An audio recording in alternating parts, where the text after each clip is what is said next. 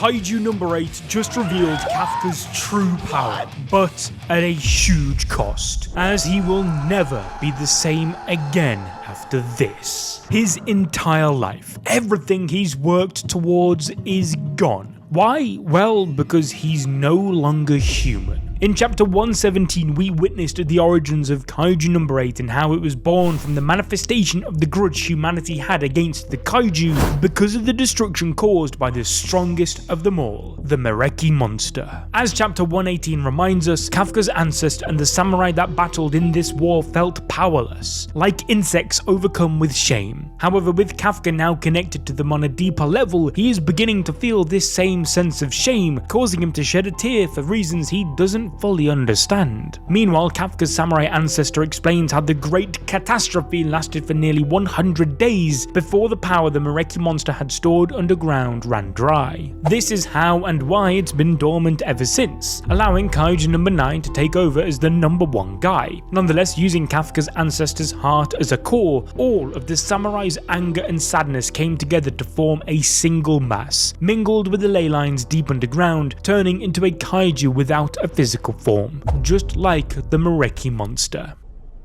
No! Yes, that's right, Kaiju No. 8 and the Mereki monster are the same. Whilst one is literally a horrific amalgamation of multiple kaiju hellbent on annihilating humanity, the other is a physical manifestation of humanity's grudge against the kaiju. However, the fact it took on the form of an insect goes deeper. They recognize their own weaknesses, embracing the kaiju's strength, something the future generations lead into more, using the powers of kaiju for battle to survive. However, the existence of Kaiju No. 8 also represents the burden of humanity's inability to reconcile with the root cause of the conflict, something Kafka's new form is destined to change. He will become the bridge. But first, he has to face the truth. Before him lays the lil guy, bleeding and dying. Furthermore, Kafka's ancestor confronts him about how he chose to fight against the Mereki monster and save his friends because, well, let's just check in on how the others are doing real quick again, shall we? What the hell?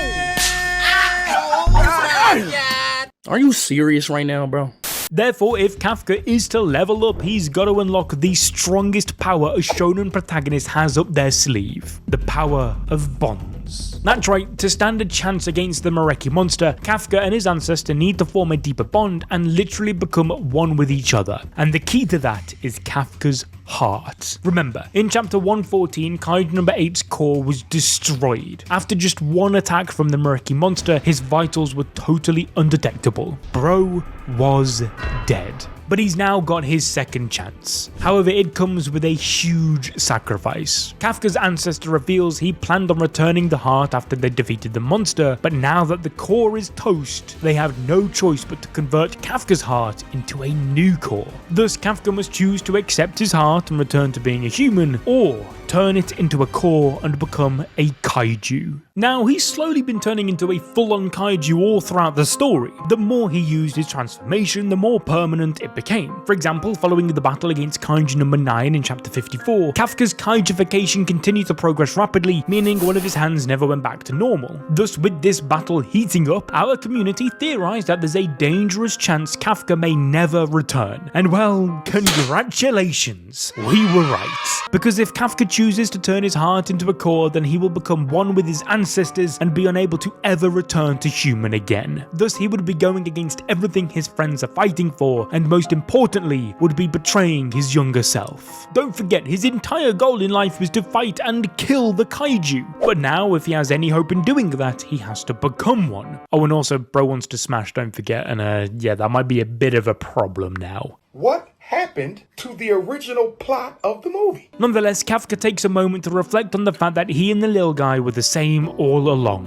And I mean, he's not wrong. The entire existence of Kaiju No. 8 stems from humanity's failure to uphold what they believe in and to protect those who are close to them. In spite of this, it left them swallowed up in shame. This is like how when Kafka was 23 and had already failed the Defense Force entrance exam 4 times. Okay, failing your exams and battling a 100-day war against Godzilla aren't quite quite the same level, but at least Kafka realizes that. Even so, he decided to try again when 18-year-old Mina took the test for the first time. Her and Kafka's relationship is one built on admiration and love, but their lives took very different paths. Mina became a symbol of hope thanks to her incredible talent, whilst Kafka kept failing to join the defense force and became a bit of a bum. Nonetheless, even though she was achieving great things, Mina never stopped believing in him. She carried the weight of their shared dream alone, hoping he would one day catch up to her. Mina's success wasn't all happiness though. Her amazing power also left her feeling isolated and under pressure. She hid her feelings behind a calm and serious personality, even though deep down she missed Kafka and doubted if he would ever keep his promise. This tension shaped who they became. Mina as the cold, determined captain, and Kafka as someone who would never give up trying to reach her no matter how hard it was. Because by literally becoming a kaiju, he was given a chance to finally catch up to her. Their bond is put to the test on the battlefield, as even when Kafka unlocked his terrifying new berserk mode to save humanity, he ran the risk of losing his humanity forever. With only 60 seconds before he was gone for good, Mina became his anchor, fighting by his side, pushing her abilities to a whole new level, showing how their teamwork makes them stronger together. Now both Kafka and Kaiju No. 8 are defined by failure. However, it's this failure that has forced them to grow. Whilst yes, they feel shame for their failure and the fact that they had to become a kaiju, they now also have hope.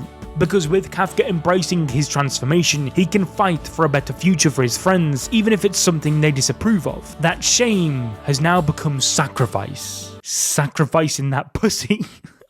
I'm so stupid, man. Shut your Okay, but seriously, this is a sacrifice Kafka is now willing to make after realizing the little guy struggles, but how he never gave up. Without him, Kafka would have never gotten his second chance, and so it's only right he now gives the little guy his, bringing us onto the revenge match. You see, Kafka is now the bridge between humanity and kaiju. The entire existence of the Mareki monster and Kaiju No. 8 is a commentary on how all beings, human or otherwise, are shaped by shared experiences of fear, pain, and survival. Even Kaiju No. 9 fits this, as he lived a quiet life away from humans for his own safety before learning he could actually overpower them. It's a never-ending cycle. However, Kafka's role as someone who embodies both species can begin to change how humans and kaiju interact. We know it's possible as Hoshina and No. 10 coexist and help each other in battle. That is the future of the defense force. Rather than killing kaiju to use as weapons, they would be better off bonding with them. Remember, the whole reason Kaiju No. 9 began his attack on humanity was to reclaim the fallen numbered kaiju that the humans had stolen. But that no longer has to be the case, with Kafka accepting to turn his heart into a core, accepting his true strength. Because he has embraced his past and how it makes you stronger, he will now be able to defeat the Mareki monster. However, does this mean that Kafka will seriously stay looking like Kaiju No. 8 for the rest of his life? As we've said, bro's gotta smash. This is shonen after all. It's also one of the very few where they're actually of age to smash. But I don't think even Mina is freaky enough to take Kaiju No. 8's little guy. And so how does Kafka return back to normal? Well, yeah, about that. One of Kaiju No. 8's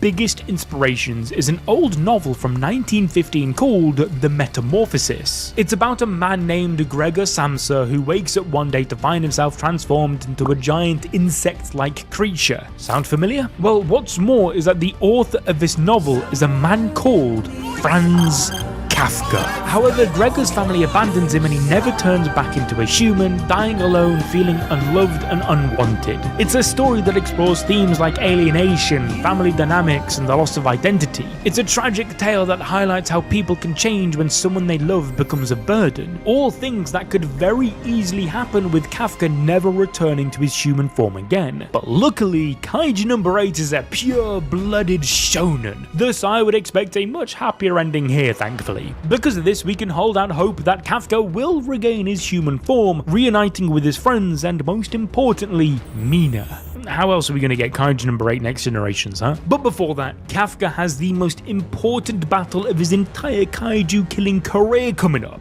But it's not just him now risking permanent damage to their body and life going forward, but so too are the captains. Because whilst Mina is sat there tending to her hubby's lifeless body, she notices something. It's not as lifeless as they all thought it was. Despite the report saying Kafka was dead, she clocks that he's not reverted back to human like usual. Thus, she knows that he's not given up yet, just like Hoshina and Narumi.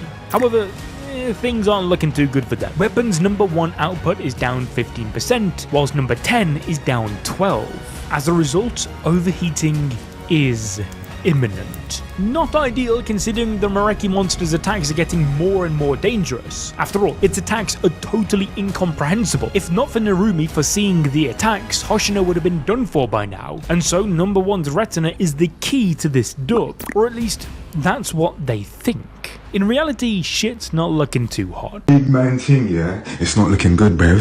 Narumi's eye is reading their signals, but they're fending off what should be guaranteed hits. On top of that, his future sight doesn't work when multiple futures are unfolding to him at once, which is when he learns that what he's fighting is the amalgamation of years worth of kaiju, multiple monsters, each with their own future. Luckily, this is vital information for the squad. Furthermore, Narumi is still landing attacks and reading its moves. Thus, both he and Hoshina are able to continually chip away at the Mareki monster, but with them both mere seconds away from overheating, they're left with one last chance. A chance that wouldn't come. Before Narumi could land his attack, his body retaliated. He had hit his limit. But like Kafka, that didn't stop him. He did a control override on his weapon, risking his entire brain being turned to toast. Because what good's a brain when you're dead anyway? Thus, much like Isao and Hikari before him, Narumi is content with sacrificing everything if it means the dub is secured, because he knows that the next generation is already ready. This is for them and all the generations that will follow. Even if it's just mere seconds worth of information, it's information that can save billions. Unfortunately though, Isao's ideals were not the only thing Narumi adopted. It seems so was death. Because even if he can spot the oncoming attacks, it's useless if his body is too damaged to react. Thus, he is stabbed right through the chest. This leaves Hoshina vulnerable, whose body is also breaking down, on top of taking a full thwack from the Mareki monster. Thus, it is GG. Narumi sits there, helpless, simply waiting for the inevitable death that is coming his way as the Mareki monster prepares to land the killing blow. But remember guys, there's one thing we're forgetting. This is Shonen! Kafka, with his newfound strength, launches himself across the map in less than a second, scaring even the Mareki monster himself as Kaiju No. 8 and the 400 years worth of hatred and shame lands a blow, saving Narumi's life. This is the battle of peak fiction, a battle of pure shonen rawness, a battle of past, present, and future. Now, if you want to enjoy more peak fiction just like this, then I recommend you click the video on your screen right now.